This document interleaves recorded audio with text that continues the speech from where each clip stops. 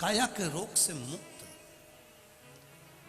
एक बात और आपसे कहेंगे, उतारिएगा। जिसके शरीर में सफेद चमड़ी पड़ने लगती है, चर्म रोग हो जाता है, या चेहरे पर आंख के पास में पूरा कालापन आ जाता है, उसको हमेशा याद रखना है, लाल चंदन का लेपन पीपल के पत्ते पर करिए। काय पर करना है? पीपल के पत्ते पर लाल चंदन का लेपन करिए। लेपन कर कर सोमवार की अष्टमी के दिन उसको लेपन कर कर वापिस निकाल कर शंकर भगवान पर उसका धीरे धीरे त्रिपुंड बनाकर लेपन करना प्रारंभ करिए। जब आप त्रिपुंड बनाकर लेपन करना प्रारंभ करें, उसके बाद उस चंदन को जो सोमवार की अष्टमी है तब निकाल कर लिया है और निकाल कर लाकर उसको डब्बी में रख लें। उस चंदन का प्रयोग चर्म रोग के स्थान पर थोड़ी थोड़ी मात्रा में करना प्रारंभ करें, पानी के साथ मिलाकर।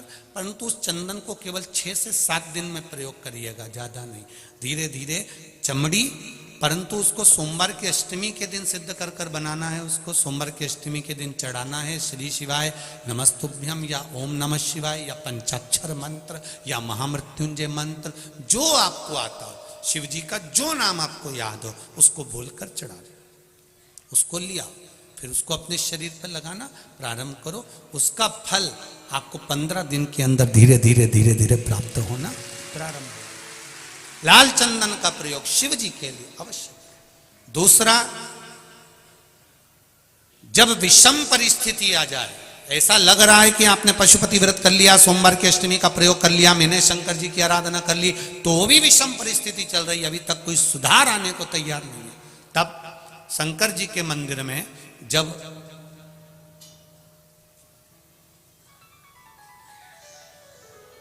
बेलपत्र चढ़ाने के लिए आप जाएं, तब प्रयास करिएगा कि बेलपत्र को, अशोक सुंदरी का स्थान सबको मालूम है ना?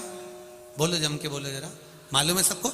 अशोक सुंदरी वाली जगह पर बेलपत्री को डंडी वाली जो जगह है जहां से पानी बहकर जाता है उधर रखना है। उसी बेलपत्री को वापस उठाना है।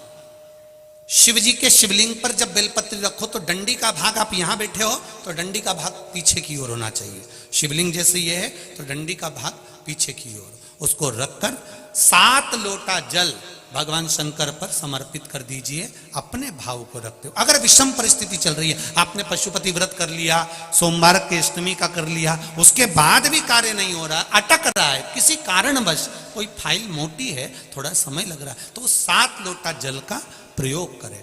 धीरे धीरे 7 लोटा जल शिव जी को बाल्टी में भरकर ले जाएं अपने घर से। 7 कलश जल शिव जी को समर्पित करना है और समर्पित करने के बाद उस बेलपत्री को वापिस अपने ही घर पर लेकर आ जाना है।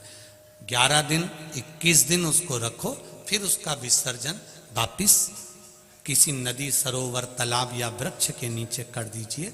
बाबा हाथ पकड़कर बाहर निकाल ही देगा। परिस्थिति अगर बहुत विचित्र, विषमता, बहुत विषम परिस्थिति में उस जगह पर इसका प्रयोग कर सकते। शंकर भगवान को रिझाना, बेलपत्र का प्रयोग भगवान शिव को रिझाने का जो आनंद है, शिव को जो मनाने का आनंद है, वो एक स्वरूप ही अलग है, उसका एक स्वरूप आनंद।